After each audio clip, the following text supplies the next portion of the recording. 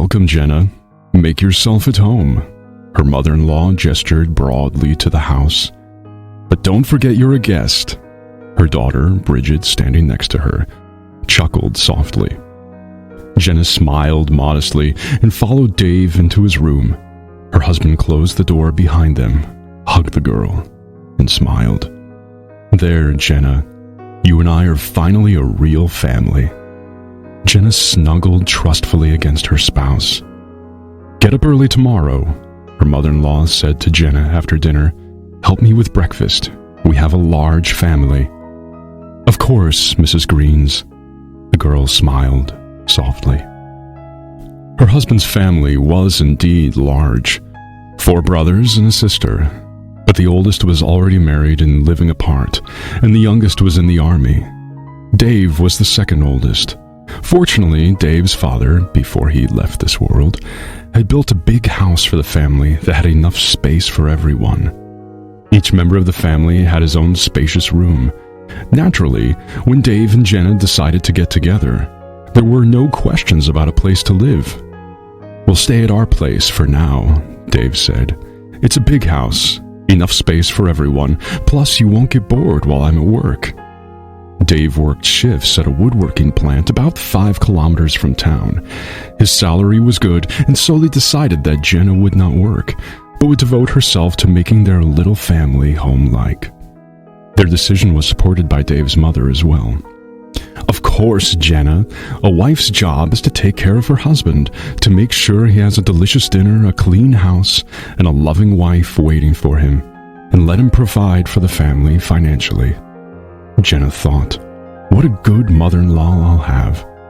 She herself had worked very hard and looked after the house and raised the kids all her life. In the morning, Jenna got up early, as she had promised, and helped Mrs. Greens make breakfast. Then, after seeing her husband off to work, she washed the dishes for everyone and went to her room. She needed to make their bed, clean up, and unpack her suitcases. Jenna, her mother-in-law, peeked into the room without knocking. When you are done, clean up the other rooms too, and then start making dinner. When Bridget comes home from school, she should have hot soup right away. Jenna was surprised by the request, but didn't say anything, thinking that she really couldn't sit idle all day, and she should help Mrs. Greens after all.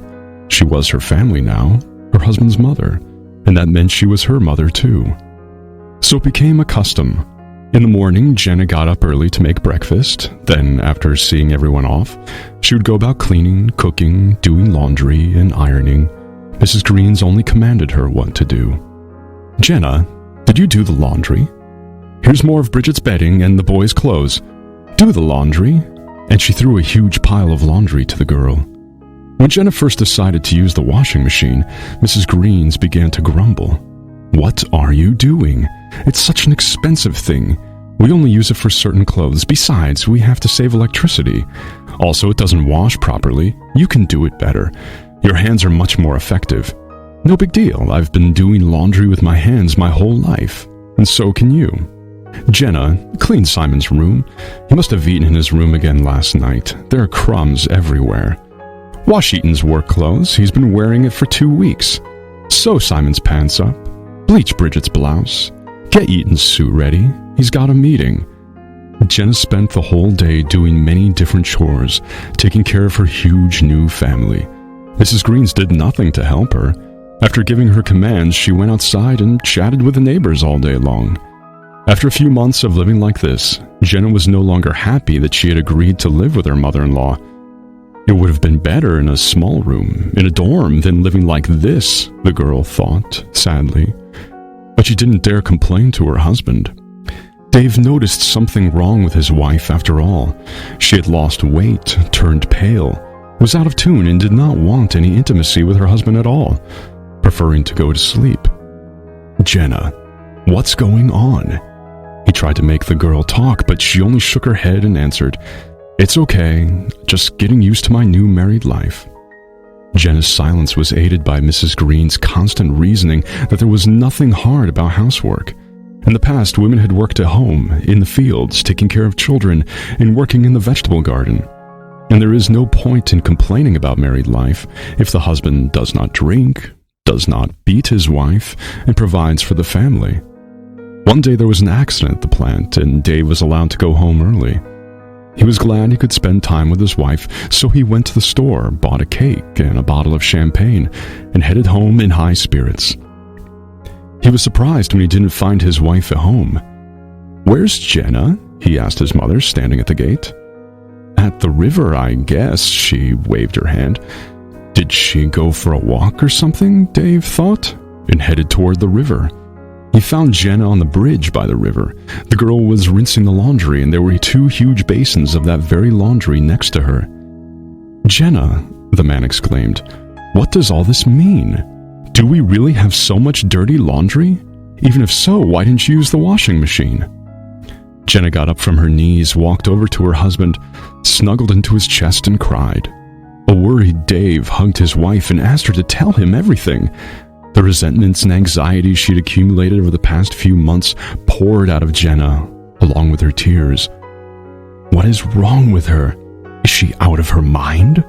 Dave was angry. "Come on." He tossed the laundry into the basins, loaded them into the cart, and almost ran toward the house. "Mother, I invited my wife into our house. She is my wife and not your servant," he exclaimed upon seeing Mrs. Greens. "What, already ratted?" Mrs. Greens answered, looking sternly at Jenna. Bridget was already home from school and was standing next to her mother, glaring angrily at Jenna. "And you," Dave turned to his sister, "do you really think you're so gorgeous and you're going to find yourself a rich man who will hire a maid for you? Can't you do your laundry yourself?" "Why do you resent it, son?" Mrs. Greens tried to object.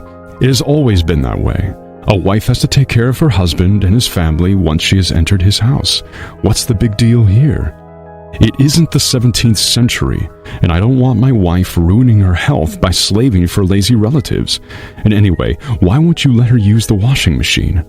Do you realize how much electricity it consumes? Why does that bother you at all? I pay for the electricity, not you." The scandal was enormous. Dave's brothers who came home from work were also involved. No one wanted to lose a servant, so they all supported their mother. But Dave was adamant. "My wife won't be your servant anymore. Fortunately, Father willed this house to everyone, and I have my share in it. Therefore, Jenna and I will now do our household chores separately from you." With those words, Dave put his arm around his wife and took her to their room. "If they hurt you in any other way or make you do anything else, just tell me right away. Deal?" "All right," Jenna nodded happily. But the girl could not breathe a sigh of relief. She was rid of housework, but the constant rebukes, taunts, and mockery began. She washed the dishes the wrong way, put them in the wrong place, and didn't clean up after herself carefully enough in the common areas. And she was never allowed to use the washing machine. "That's our washing machine," her mother-in-law said angrily and pressed her lips together. "You've separated from our family, so don't use our stuff. Be thankful we let you take the plates." Jenna wasn't upset. Hand washing for 2 people is still better than hand washing for 6. However, her calmness only made her new family angry. One day, when the girl was carrying the basin with the washed laundry into the yard to hang it up, Bridget, her husband's sister, as if unintentionally, tripped her.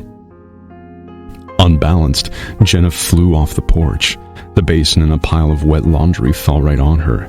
She felt a searing pain in her belly and lost consciousness. She woke up in the hospital. A pale-looking Dave was sitting beside her. "What happened?" Jenna whispered. "Everything's fine now," her husband replied, trying to keep his voice from shaking. "Except..." "What?" The girl was frightened.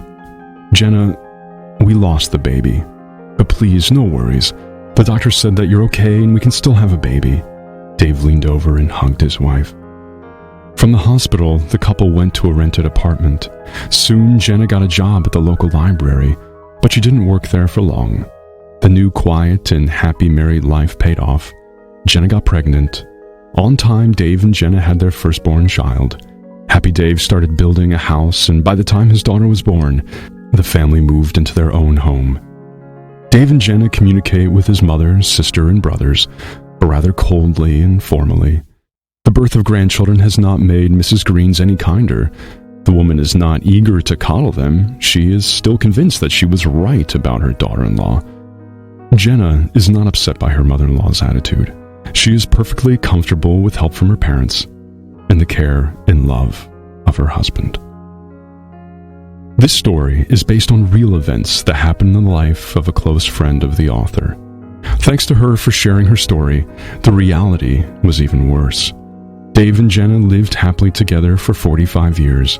They had 4 children whom they raised and gave a great start in life. Sadly, Dave passed away, but Jenna is still babysitting 12 wonderful grandchildren and 8 great-grandchildren.